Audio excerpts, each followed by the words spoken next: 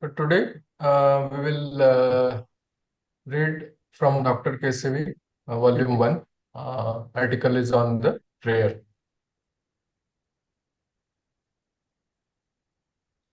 I shall presume to discuss the general lines of the meaning of prayer and the essence of prayer in this system of Sri Ramchandra's Raj Yoga.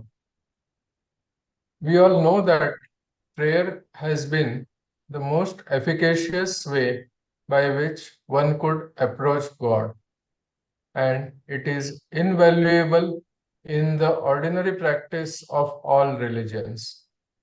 There are all sorts of prayers, all kinds of prayers, and these prayers of all sorts and kinds are admitted as valid by several religions. Therefore, in our ordinary life, we are expected to pray even for the material things of this world, as well as for the fulfillment of our very cherished desires. We also sometimes praying for the establishment of dharma in this world and prevailing of the righteous conduct over unrighteous conduct. Lastly, there are prayers for the ultimate emancipation of man from the bondages of this world. These four kinds of prayer may be said to be of artha, kama, dharma, and moksha varieties in the technical language of our country.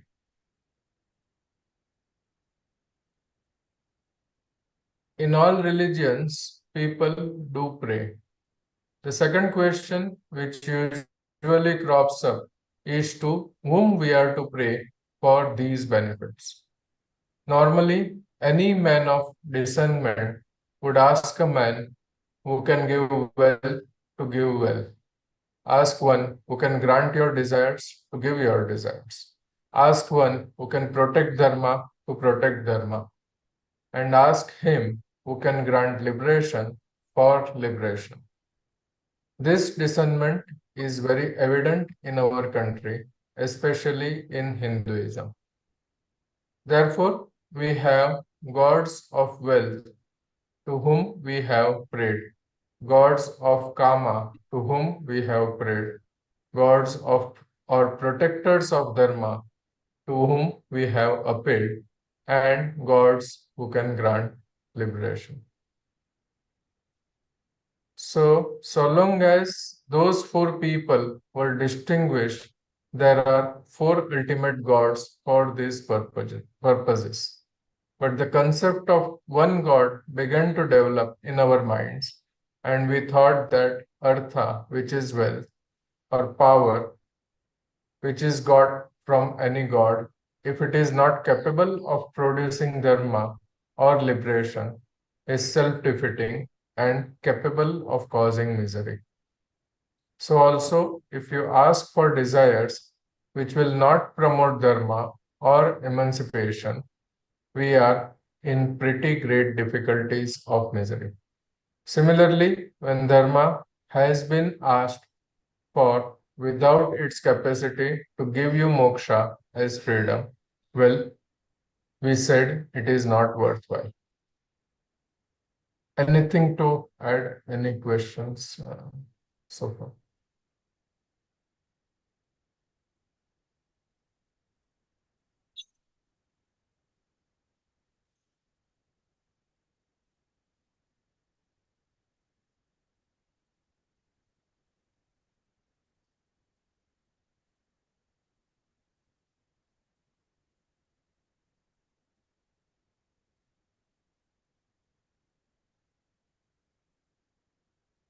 Let's continue. Yes, sir. So ultimately, it became important that liberation should be the ultimate thing to determine our choice of artha, or choice of kama, or choice of dharma.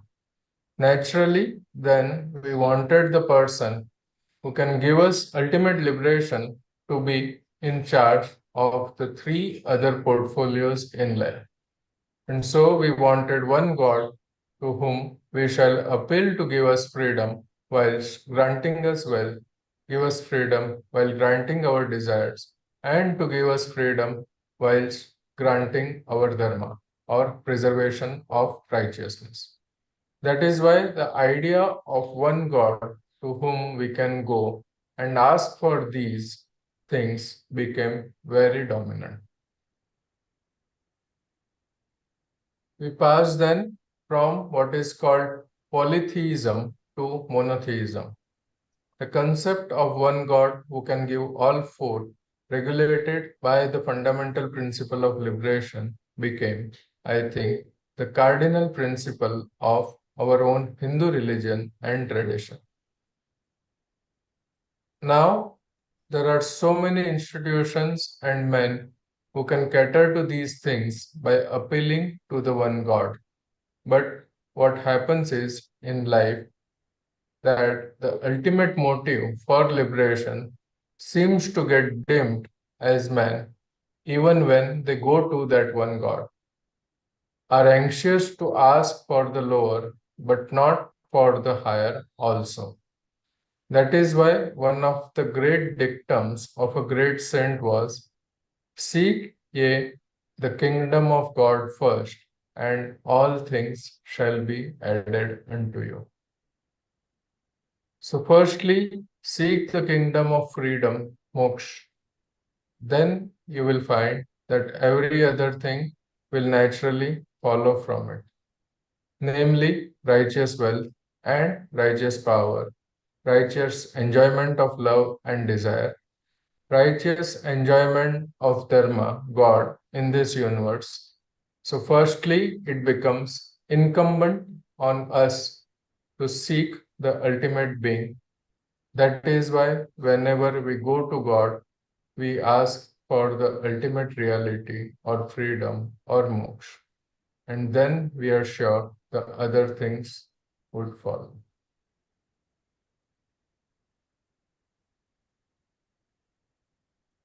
Anything to add? It's clear, right? Artha, Kama, Dharma, and Moksha.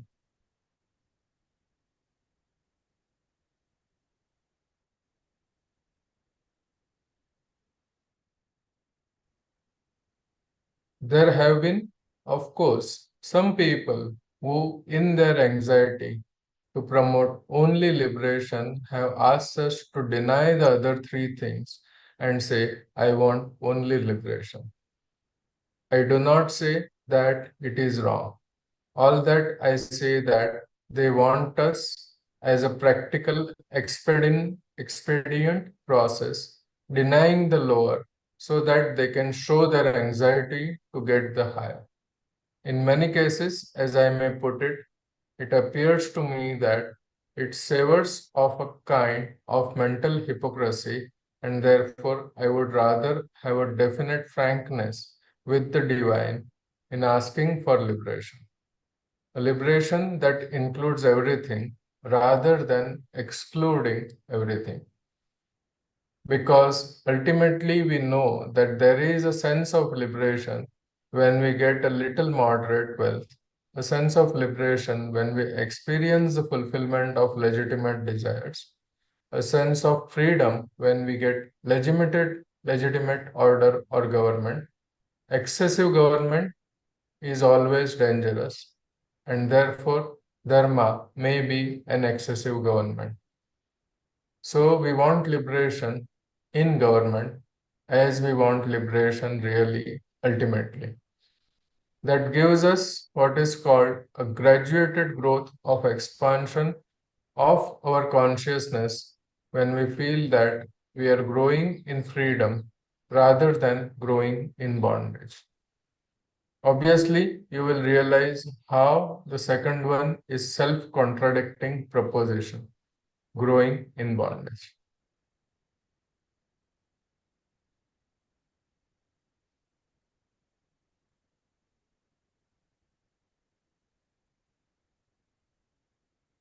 So we want to grow in freedom, and the sense of freedom should inform us.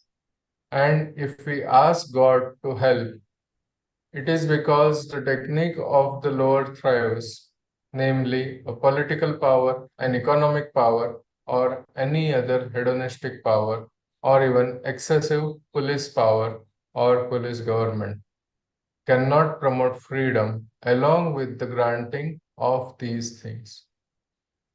In this conviction, the great people of the past thought of God as the ultimate being who can grant our freedom on all levels without giving up the ultimate freedom to which we ought to go and aspire for.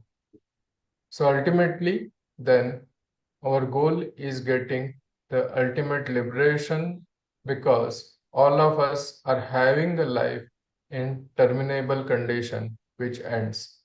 All of us die, and we want freedom from this. We are afraid of the future.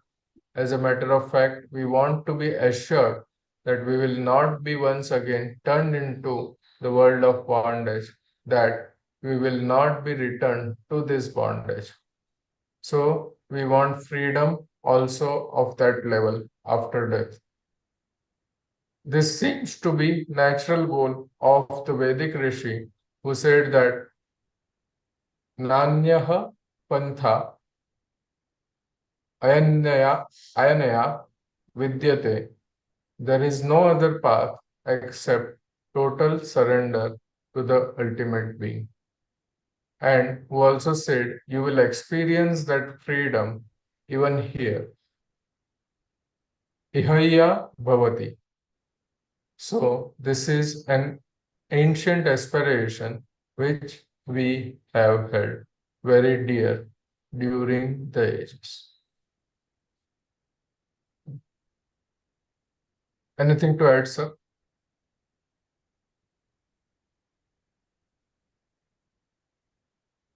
It's fine if anybody. Okay.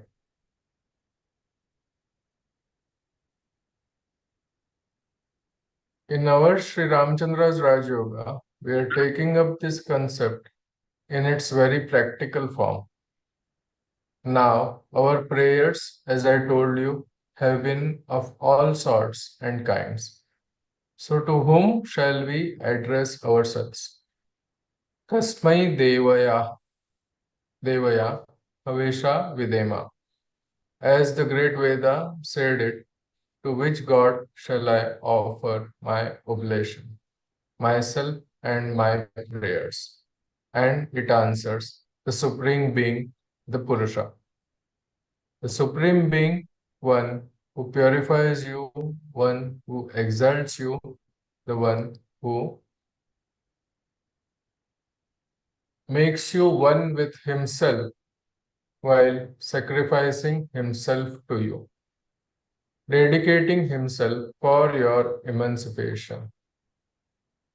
The one goal of God seems to me, just as my one goal is that He should lean Himself to me, just as I yearn towards Him, that is all. This is the great meaning of the Purusha Sukta. So, in our system, which is natural to a divine man or one who seeks the divine light, we firstly offer prayers to the ultimate being with the one wish that we should be gradually taken to that condition or divine life.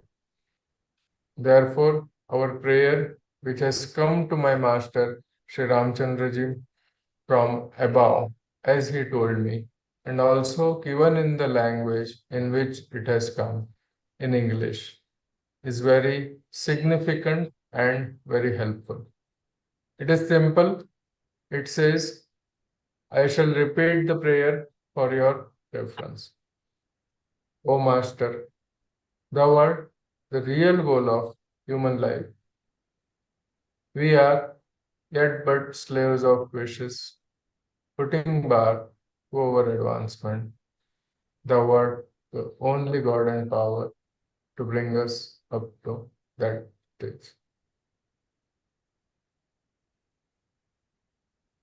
This prayer, which was given to the Master, which is being used by every one of the Abhyasis before he starts meditation, puts in a nutshell the essential ingredients of a prayer. I do not want to compare this prayer with the other prayers. Forgive me if I don't, but I shall explain this. This shows that the divine is the master, is the guru, and he is the goal which you must attain. The goal, of course, is that state of being. It is not to get his form, but to get that state of being that gives you the essence of an existence and also meaning to your existence. I do not know how many of you have sense of existence in you. Suppose I ask, will you please tell me, do you exist? Most of you exist because of your office or because of your property or because of something else. What is the meaning of the words I am? All of us know that we depend on other things and ourselves are nothing. And by ourselves are nothing. So, why are we restless? Because we are trying to be, and in trying to be, we are not being ourselves. I'm not playing with words. I want you to see the full meaning of what I am saying. The sense of being is very important because none of you has the sense of being, but only of not being. So you want this, you want that, you want the other. And if you get that, you think you are yet less than others because you measure the quantum of property you have, the quantum of power you have, where is the sense of being? That is why we are restless. We have no sense of being, but we are asking for being. And we are moving in the wrong directions. We ask for wealth, we run after power, run after certain desires, thinking that by getting those desires, we be. Of course, I leave it to you to find out the instances for yourself. And then everything is chaos, and we are not having any sense of being in this world, or everything is insecure in a state where everything is going away, slipping out of our grasp. And what we hold, we lose. Now, all this shows that we have no sense of being, and that is why we must get the sense of being. And we are struggling for it. And this man can give because the ultimate reality is, in a sense, the being of which all these are non being. And this the master can give. Yeah. You're not read, and this the master can give the sense of being. You're not read it correctly. This one, right? And this is the And master this the master can give. He can give you the sense of being. That means sense of being is nothing but your ultimate infinite divine state. Hmm.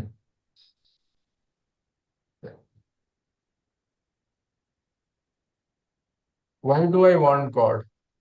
Just because He can give me this sense of being.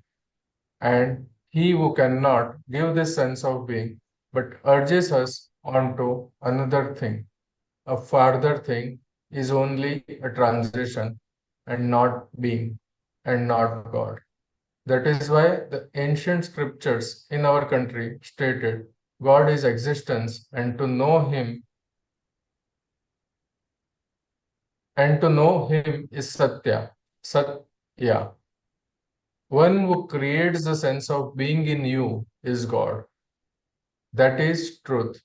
That is why the Sanskriti is very nice when he uses the word Satya. Ya is the Krit suffix making Sat. Sanskriti. So suffix making Sat. That which makes Sat makes you exist is God. So the ultimate is Sat, is reality. Firstly, we must earn the sense of reality of being, and that is the goal to which we are moving. Now, this sense of being, therefore, firstly announces the essence of our prayer, the goal of my being, of my existence, of my life is being. Yeah, so that completes the chapter. Questions?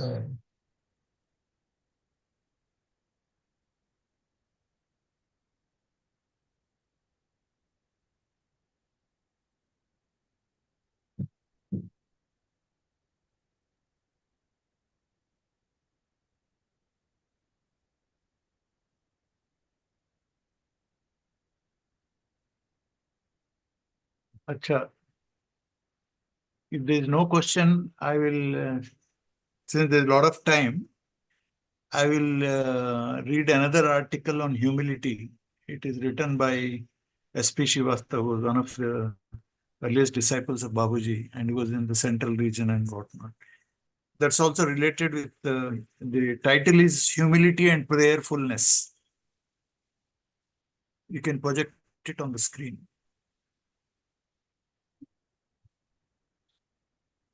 So this is an article written by Professor S.P. Srivastava. He was a professor of philosophy also. It's about humility and prayerfulness.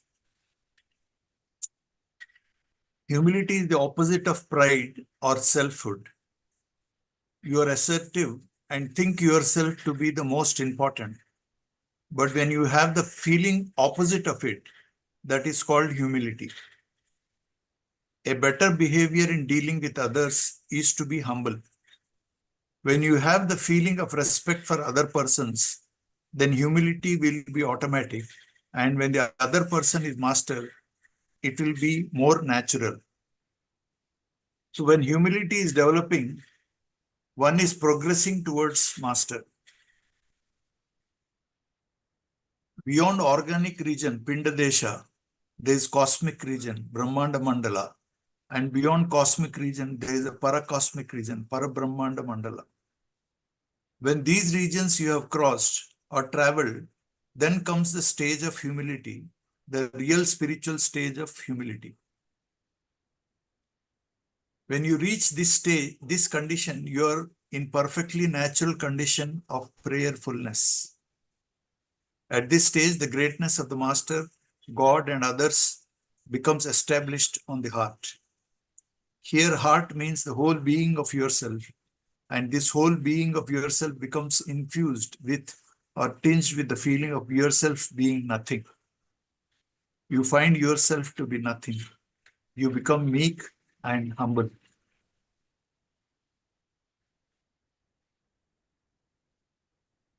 Okay? But humility should be adopted from the very beginning of the practice. It means that before reaching the state of real humility, you should attempt to be humble. That is, try to feel yourself humble. This is very good thing. And when you reach it beyond paracosmic region, it is called Ibda in Sufi terminology.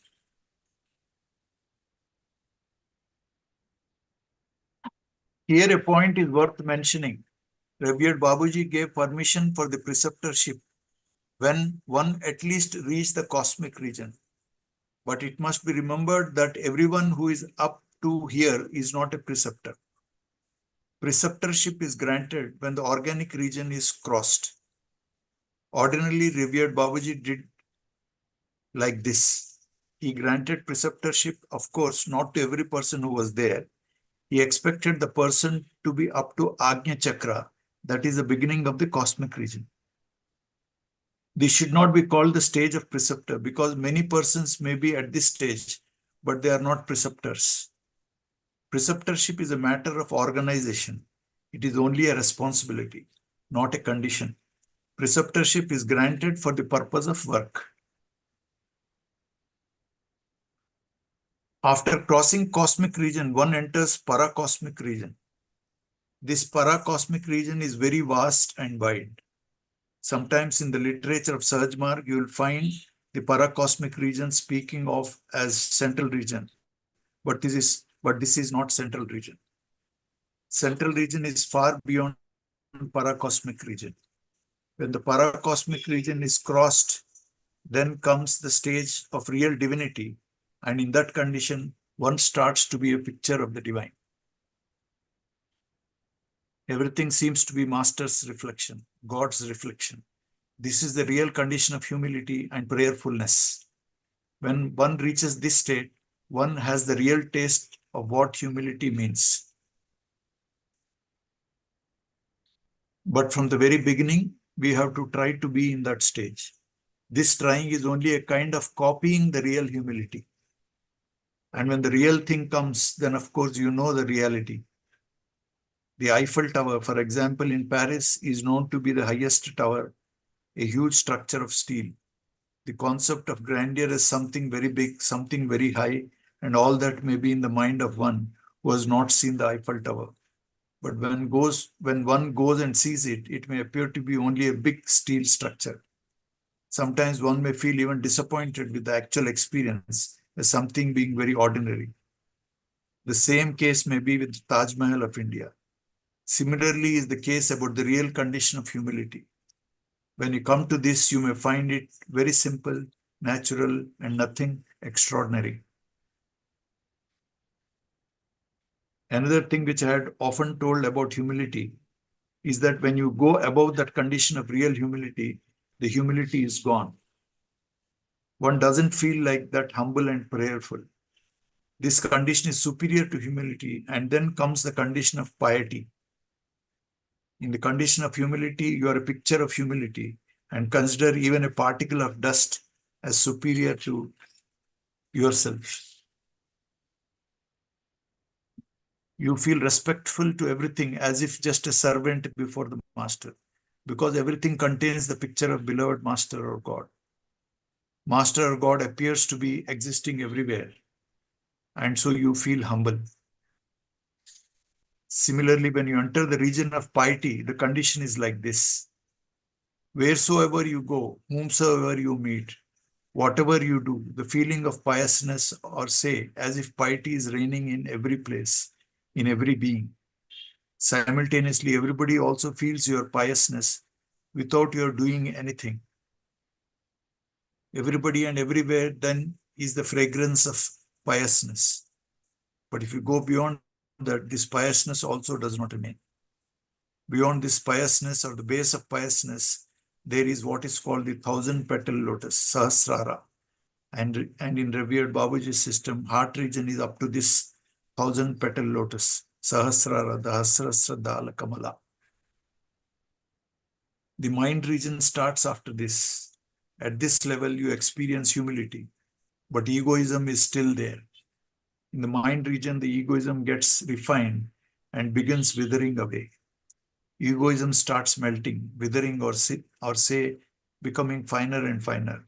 If you try to describe it, you can say the merging of the drop in the ocean. The whole reality is pervading everywhere, and egoism is melting, is merging in the base. And this melting or merging has got so many stages, countless stages, which are going on melting and merging and refining and so on. Revered Babuji has drawn 11 circles. At a certain stage of this is Kabir, the poet saint of India, who has been able to cross this stage as described in Towards Infinity. Jal mein kumbh mein jal hai, bahar bhitar pani, Puta kumbh jal jalahi samana, yeh sab akat kahani. The pitcher in the water in the pitcher, water inside and outside. When pitcher is broken, water inside merges in water. All this is an indescribable tale. Saint Kabir has very aptly exemplified this stage through a simile of a jar, that if you have a jar and you dip the jar into the water, then the water is there inside the jar, as well as all around the jar is also water. So the water in the jar is the ego. That is, you feel that I am different from other things. This I-ness is the egoism. If the jar is broken, the egoism is gone. Then the reality, water outside and inside, becomes one and the same. I is the stage of mind region. Mind region and onward levels are the contribution of revered Babuji. Nowhere in the traditional literature concerning yoga you shall find this thing. Of course, Kabir has mentioned it in some way, but it has not been said in so much or in such a clear way as described by revered Babuji. And then beyond mind region is the central region, where egoism is almost gone. Of course, it cannot go completely. In that physical form, when you are become spiritual heart, the egoism in some subtle way will remain to sustain physical existence in mundane world. But you can experience the egolessness. The egolessness can be experienced, but you cannot get rid of ego, because still you will be saying, I'm perfectly egoless. That is, even when there is I, so it is impossible to get rid of I, the ego. But in the central region, this thing happens, that the ocean merges itself in the drop. After the drop has lost itself in the ocean, the whole ocean becomes merged in the drop. So is the condition of a real master. And it still goes on getting refined. Master, no doubt, is an individual, but we can say he is the whole of the ocean in the drop. This depends on the ocean to merge itself in the drop. Your efforts cannot do anything. Of course, I said by self-effort, nothing can be done. And here is the transmission. That is, there is a spiritual flow that works. At this level, very little can be achieved by self-effort. The self-effort you can find in the traditional literature, that you should be perfect recluse. You should give up home and everything. You should fast and observe many austerities. If you go on doing all this without any help from outside, then roughly about 40 years or so are required for coming from the heart to the soul. That is, from the point of the heart to the point of soul. And the second one, from there, then there are 5 points in this organic reason. About humility also, self-effort is needed. On your part, you should try to be humble from the very beginning. But when you actually come to that stage, or brought by the master to that stage, then you have prayerfulness, egolessness, and so many things are there. The journey, of course, is so long that people become disheartened, and that only a rare person can go there. Actually, there is nothing to be scared, and everybody, of course, can go if they observe practice properly with love, devotion, and surrender. Surrender is also a kind of effort. Sri Ramanuja has given 2 examples of surrender. The young one of monkey and of the kitten. The young one of monkey makes effort of being attached to the belly of the mother. The clasping on the part of the young one of the monkey is a kind of effort. Similarly, when you take the master and surrender and just get attached, this is a kind of effort like the young one of monkey. The real thing comes when it is given up, given by the master, then you have the taste of it. It is very different from the surrender made by you. It is like the example of the kitten. The cat picks up the kitten in her mouth and carries it here and there. On the part of the kitten, this is helplessness, being perfectly helpless. The kitten has no capacity to force the mother to pick it up. The kitten is perfectly helpless, and this helplessness forces the mother. And for the mother, there is no helplessness to pick up more than the helplessness of the child. So when the devotee or the person marching towards God or master becomes perfectly helpless like kitten, this is effort, but it is not a bargaining at all. Trying to be helpless is not involved when it comes naturally. Perfectly weak you are, but you're not trying to be weak and not surrendering yourself to be weak. Helpless when it is automatic, natural like that of kitten. The attention of master is naturally diverted to the practicant. All this is merely description, and description is always a description. It is not the whole thing. We try to explain by examples, and all these are only examples. The real thing comes with the assurance given from the highest of the masters. It is always given the assurance, and you just turn your face towards him. If the child is turning the face to the mother is bound to take the child up. It is well said that if you move one step towards him, is really running to lift you up, to take up. That is how Master or God is really impatient. One step from your side and 100 steps from his side always. It is only a description by simile, by example, but it is an attempt, no doubt, to present the view as a whole. So I thought this will be apt continuation for the prayer topic, because it deals with humility, surrender, and helplessness. So even though the actual humility comes in Prapanna condition, Prapanna Prabhu and Prapanna, but you have to practice humility from the beginning. And so that requires a lot of alertness, not to be alert when dealing with our fellow brothers and all that, or fellow human beings, everybody. It's not just limited to interaction with our abhyasis, but with every human being or every creature, even living organism, trees, everything. Everything is a expression of God. So you have to. So even in our tradition, people when they step on the earth with their feet without the chappals and all that, they pray to the Mother Earth that I'm stepping on you. You know, that kind of humility is present in many customs in our country. Like Bhargavi told me that whenever she prays to Mother Earth, that she's allowing me to step my feet on the earth. So that is a kind of culture we come from.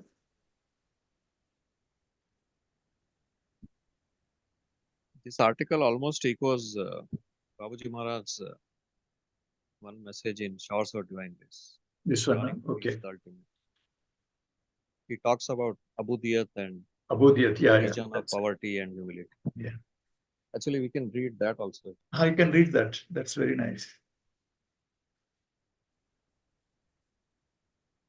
Yeah, this is the message on the eve of 83rd birthday celebration, Surat.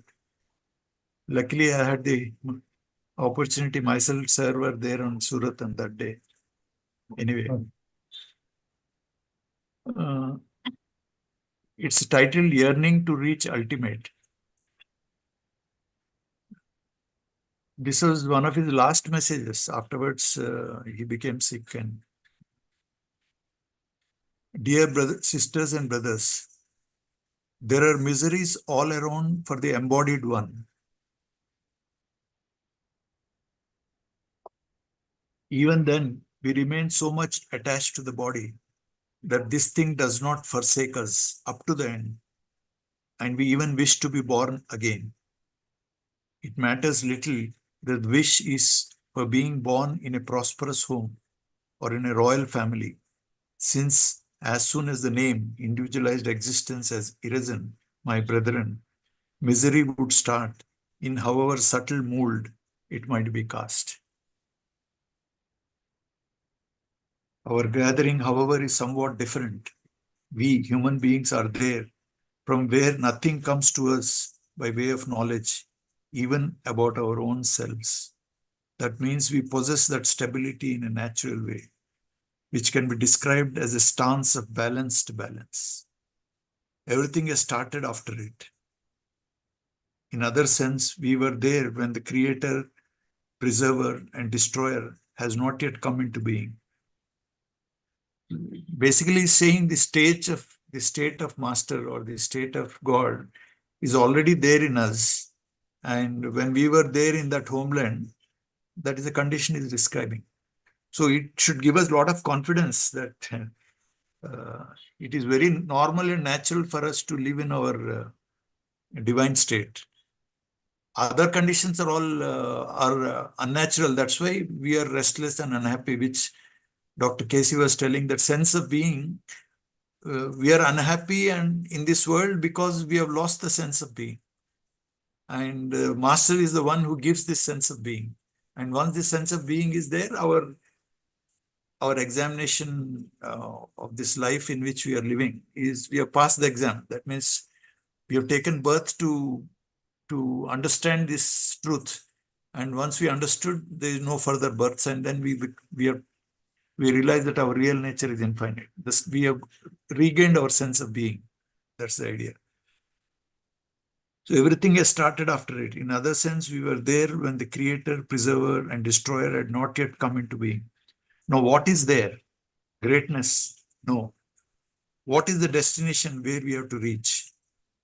It may preferably be called insignificance, if we choose to designate it as such. It is an insignificance of which we know nothing, and greatness of a sort, which is similitude, where no knowledge of similitude itself is to be found. And this, dear brethren, is the real essence. He is giving you an idea about what is the what will be the state when you regain the sense of being it. If we consider ourselves great, we put up a wall to that greatness where we have to arrive. We create a bondage, so to say, that becomes an obstruction on the path. What is the harm? When we assume greatness, we start considering others as low, insignificant. Now that path which we have to trudge also gets closed, and we are wholly lost to all intents and purposes. Somebody takes it on his mind that he excels someone else in some particular way that assumes various forms, and we strengthen egoism for nothing without getting anything in return. We blow our own trumpet in our own thoughts and lose a lot in the process. Even if this I've noticed, I also had to go through this process. Initially, when I started meditation, I felt that I am superior to so many people, even the best of the gurus or whatever, so-called spiritual people. They're nothing in front of me because I have practically experienced what those people are theoretically conceiving, actually. So you, as a meditator, you feel that you're superior to other person, which is a commonest, I feel, initial state of mind which goes through people, but that becomes an obstruction. So you have to be careful about this. So we tend to look upon people who are drinking or smoking or, who are doing bad things. In that sense, we feel you are superior. So the progress will be stopped. I know so many people who are very good, but then they entertain these ideas and then they get stuck there.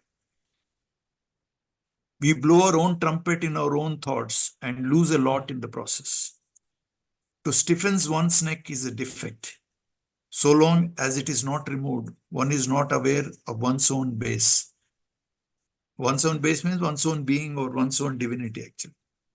What I mean by base is that when a person is wholly rid of this defect, there arises a state which has been attempted to be translated by the use of the word of this word.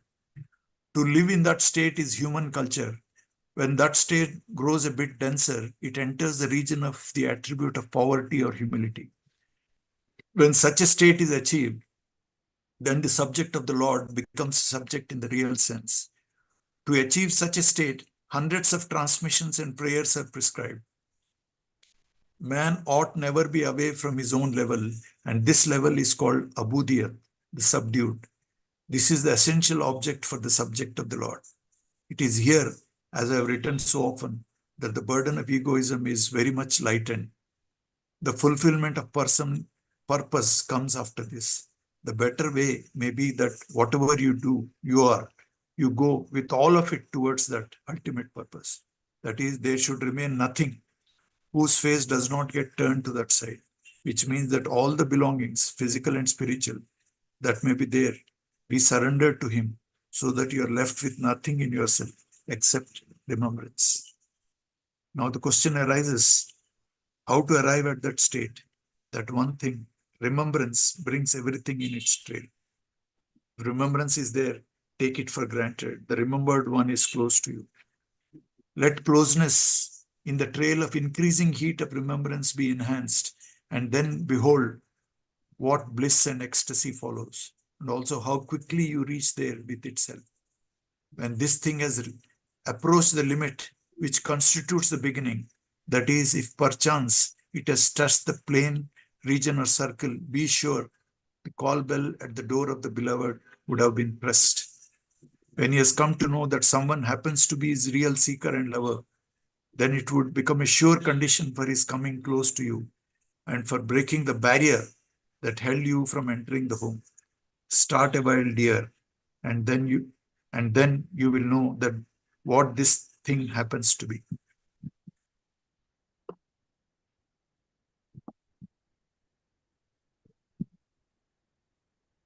So he's asking us, start a while, dear, and then you will know what this thing happens to be. He's inviting us to experience that condition actually. Once this attainment has set in, you would have achieved godly attributes. That means the piety comes. Like when people used to be in the presence of Babuji, many people, some tears used to come, they used to be happy. Pious feeling used to just automatically come.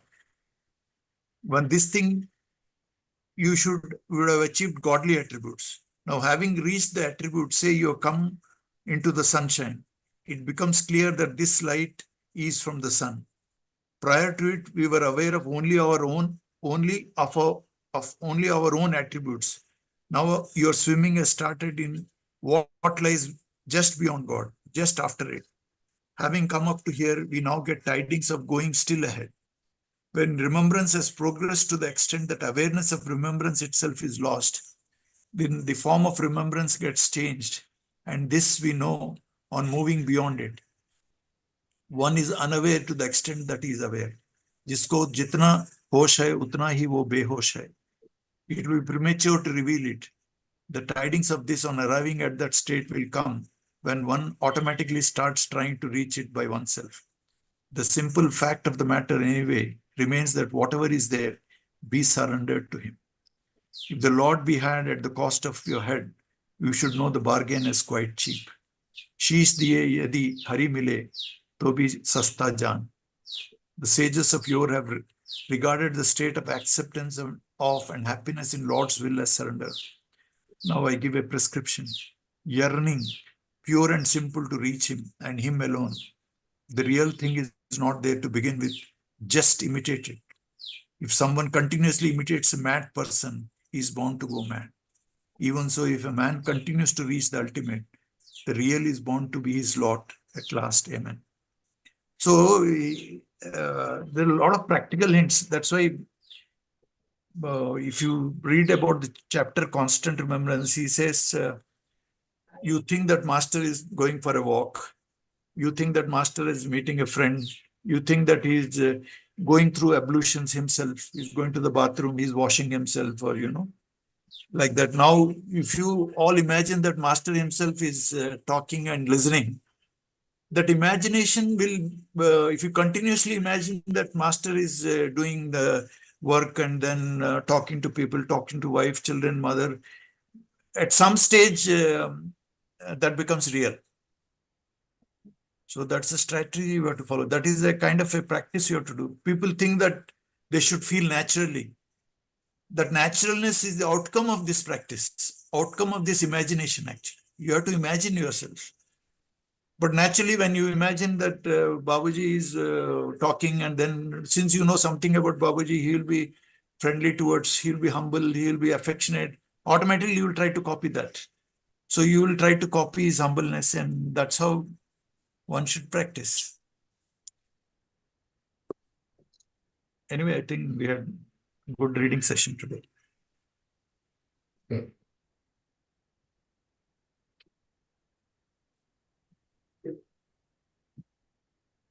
Okay, then we'll meet next Sunday then.